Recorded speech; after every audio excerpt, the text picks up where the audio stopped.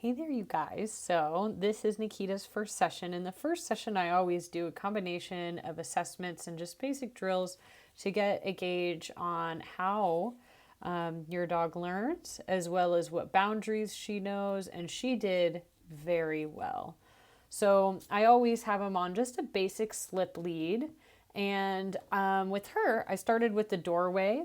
So, sitting and waiting. It's a difficult impulse for a lot of dogs. Like you could see her rear kind of started to go up there, but with a verbal coaching of no or she put her bottom back down.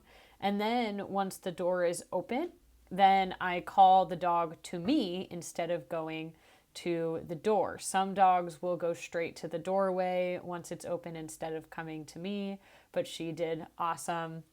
So then I noticed there were some people in the lobby. Look how cute she is. So I wanted to kind of test her out there and get a feel for what she was like around strangers. So she also did very well here. I practiced walking with a loose leash with her. So we take a little turn around the corner. I ask for her sit. And she was a little overwhelmed at first, so the sit was kind of stalled out. But then once she got the hang of it, she did well. The things I really look for are that there's minimal pressure on the leash, and I can coach a dog with either just verbal cues or hand signals. So once she did well with all those exercises, then I kind of layered up and added a distraction. So there's a dog inside that crate. So this is my dog. And I start to add movement of another dog while on leash, which can be really triggering for a lot of dogs. You could see she's very focused on my dog, and they haven't really met or greeted yet. So to her, this is a strange dog. So I do a few walking exercises, and she gets a little flustered. So I just kind of park her.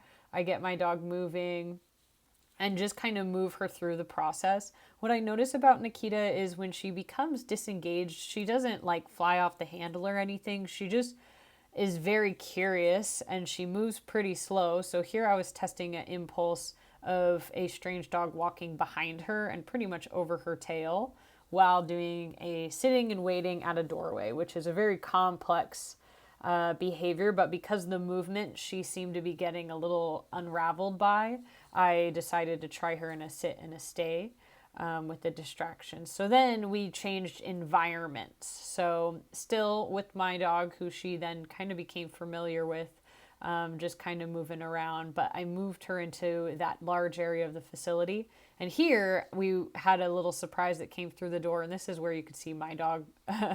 My dog looked right at Nakita and was like, "What are we gonna do?" And then when Nakita responded, my dog responded, which is funny. It's how I know my dog likes her. So they kind of just responded, but overall did very well. I was able to coach them both out of it and they didn't get too triggered. So again, here with all the added layers of she had a surprise that came out.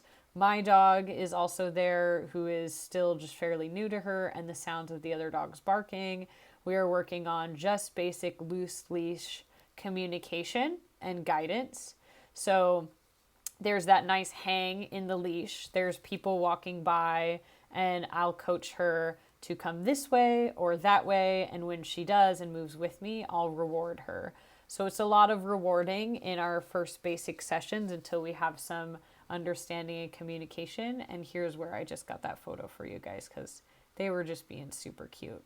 So the cues I use and always introduce at first and kind of test out with the dog are their walking cues. So let's go is just kind of my initial, once they're sitting and waiting, I will take a step and say, let's go. It's time to start walking.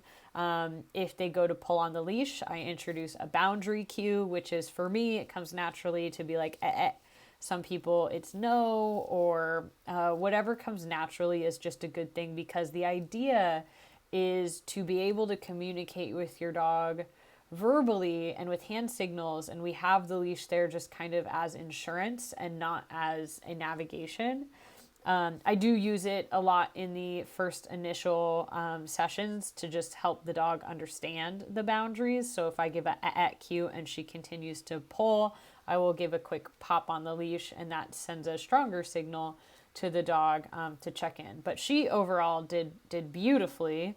And what I'll start to work on her with her this week is her come when I call you. So distance, being distracted, and then coming back to us. And then maybe a little bit more walking around strange dogs and obedience there, because she gets a little frazzled, as you saw when my dog started to move around in the room. So that way we can really look at engaging her obedience. But overall, super stellar first session. She is just a delight to work with and very, very cute. If you guys have any questions, definitely let me know. Again, this was kind of me and her getting to know each other. So the next session will be much more concrete with things to do at home. But overall, you guys got a really lovely dog. You guys lucked out.